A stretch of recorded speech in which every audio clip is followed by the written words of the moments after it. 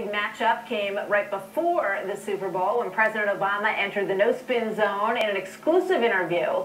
The question of big government was on the table, as well as a number of things. Take a listen to this part. Do you deny that you're a man who wants to redistribute wealth? Absolutely. You deny that? Absolutely. Bill, I didn't raise taxes once. I lowered taxes over the last 2 years. But I lowered taxes for the last 2 years. But the entitlements that you champion do redistribute wealth in the sense that they provide insurance coverage for 40 million people who don't have it. What is absolutely true is, I think, in this country, there's no reason why, if you get sick, you should go bankrupt.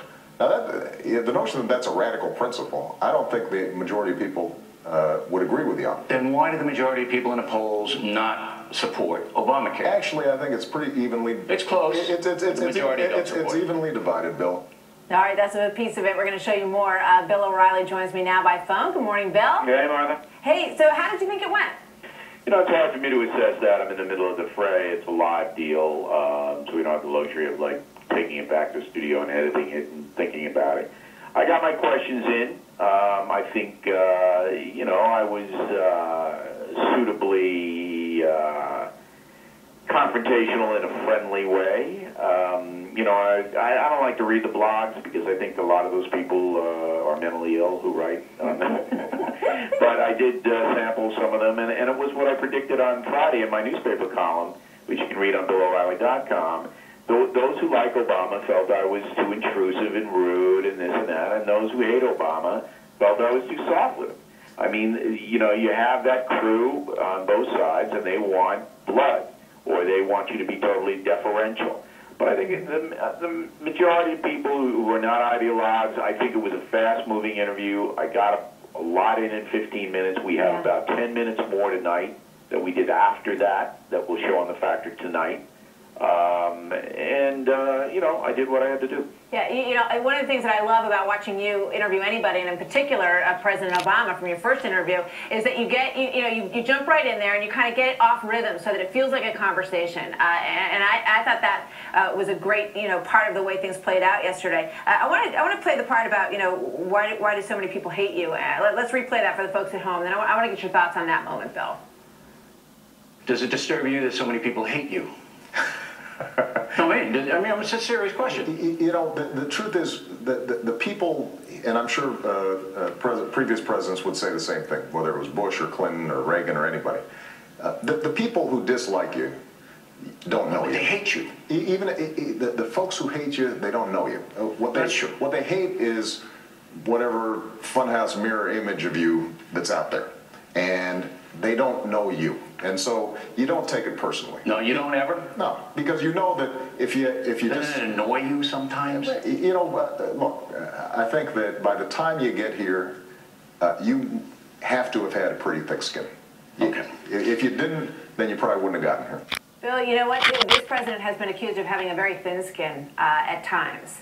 Did you feel that element of him, has that changed at all? No, I think he still has a thin skin.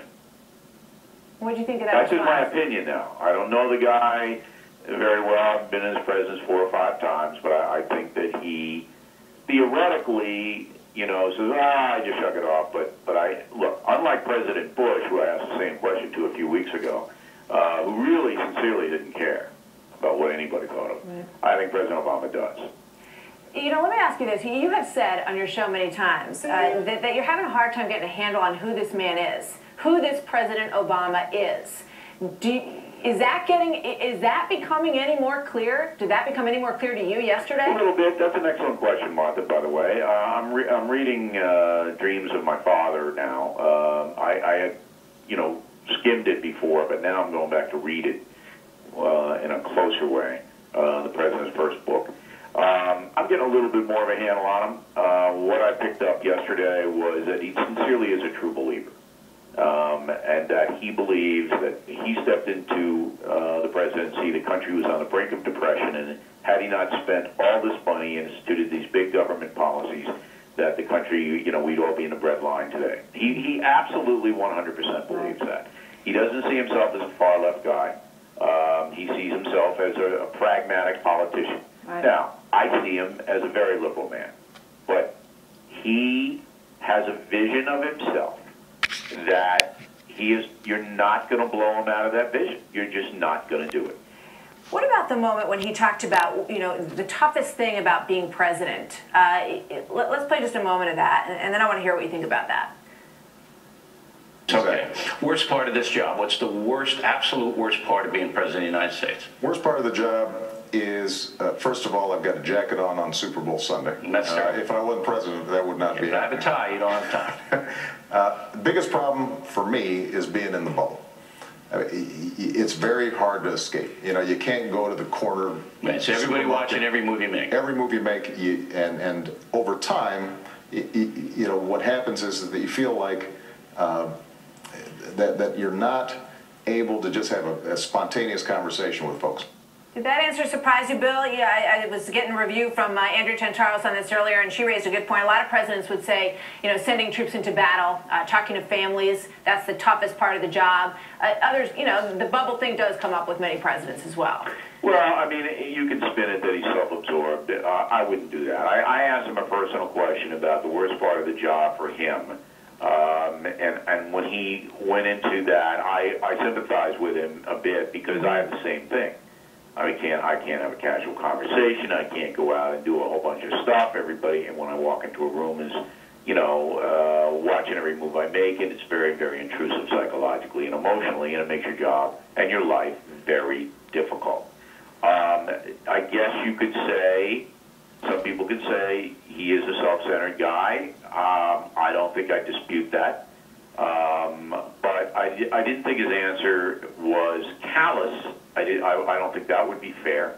He's introspective, and he was telling me what he genuinely felt. Yeah, that was my take on that moment as well, that he felt that the question was about him, right. Personally, and what it's like for him as a human being, and I understand what you're saying there. I also want to get your thoughts on, at the very beginning of the interview, I appreciated that you took the moment to thank him and to thank the administration for some help that they gave us at Fox News in helping two of our colleagues, Greg Palcott and Olaf Wig. And the whole thing kind of reminded me, too, of that moment way back, when they talked about the fact that Fox News wasn't a news organization, and clearly we were, treated in a very respectful way in this whole thing. I just want to get your thoughts on all that. Well, look, you have to understand that interview that we did yesterday is the most widely viewed interview, I think, of all time because of the internet. The moment it was done, it was all over the world. Everybody's looking at it. And I wanted people who don't know Fox News and all they hear about is the liberal media defining us to know that we don't have any personal animus against the President of the United States. And he did, and Robert Gibbs and the State Department did really, really good work in helping Palcott and Wig. That's the truth. So why not say that? And why not say that to him? And I wanted him to get the message that, look, we're not out to hurt you. We, the network, there might be guys like Hannity and Beck who really feel that you're not a good president and your policies are destructive. But we have other people on that staff who feel the opposite. So, yes, Fox News is skeptical of President Obama more so than the liberal networks, of course. But we're not personally invested in hurting him, and I think that statement up top was true. It needed to be said. It was in the context of the event. I'm glad I said it. Yeah, I agree. What can we look forward to coming up? Because there's more of the interview tonight, right? Yeah, I got 10 minutes more that we were able to get after the live interview was done. We go over Afghanistan and the spending thing, the spending debt thing, which I think is pretty good. But, as I said, the president is very self-confident. He feels he's doing the right thing. And if you watch the interview tonight, I throw some pretty tough ones at him. But he is confident that, everything's going to turn out okay.